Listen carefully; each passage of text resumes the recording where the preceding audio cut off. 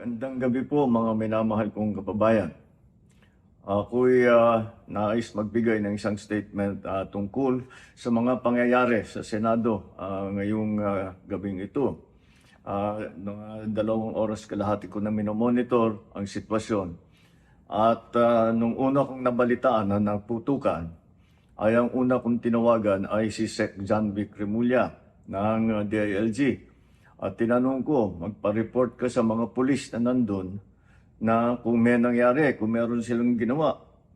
At tapos ang sunod na tawag ko naman ay sa NBI. At tinanong ko sa mga NBI at kay Director Matibag, kayo ba ay pumasok sa Senado? Sabi niya, wala kang instruction. Ang sabi sa akin, wala kang instruction, sir. Kaya ba't namin gagawin yun? Kaya masasabi ko sa ating mga kababayan, yung nakikita po ninyo na naka-uniforme sa loob, sa mga sa news, ang mga naka-uniforme doon, 2 klase. Yung PNP, police, na naka-duty sa Senado. Nandoon sila para bantayan ng Senado, para mag-crowd control, para mag-secure ang Senado. Yung isa pang may hawak na naka-uniforme ay yung Marines, may Marine Detachment na nandun talaga sa Senado, tiga dun sila. Ang trabaho din nila is secure ang Senado at magbigay ng yung nakikita ninyong honor guard. Yan lang ang sundalo o pulis na nasa loob, tiga doon ang nandun. Yung isa pang nakita ninyong grupo na kasibilyan, at may hawak na mga mahaba, mga usayon, yun naman sa Sergeant at Arms ng Senado. So lahat ng nakikita ninyong naka-uniforme o naka-armado ay nandun, ay tiga doon. Nandun sila talaga, doon sila nagjo-duty.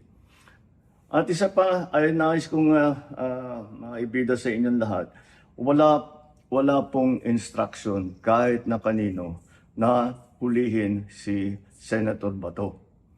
At ang nangyari, ang NBI, sinabihan ko nung lumabas yung resolution ng Supreme Court, mga 4:00 yung kaninang hapon, ay sinabi ko, umalis na kayo dyan. Nag-comply naman sila. Kaya nung kausap ko si Director Matibag, sabi niya walang NBI doon, nandito lahat kami sa opisina. At ayun po, ay dahil kong mapaalam na sa lahat ng ating mga kababayan, itong pangyayari na ito, ay tayo maging kalma lang po. Nakausap ko na si Senate President Alan Cayetano at nag-agree kami. We agree that the thing to do now is to tell our people all to calm down. And we will get to the bottom of this. Alamin natin kung sino ang gumawa nitong gulo na ito. Ito ba ay talagang nagka-inkwentro lang o ito ba ay may kasama sa mga distab o nagsusimula ng gulo? Kailangan po natin malaman yan. Kaya mag-iimbestiga sabay ang Senado at saka ang PNP tungkol dito. Masasabi ko lang at para hindi po mag-alala ang taong bayan, hindi po gobyerno ang gumawa nito. Walang pumasok na tigalabas na sundalo, na militar, na NBI sa Senado. Hindi po natin alam kung sino yun na sumubok na pumasok at saka dahil doon ay nagkaputukan. Aalamin po natin. At kinukuha po natin, kinukulikta natin ngayon lahat ng ebidensya na nandiyan. Maraming salamat po.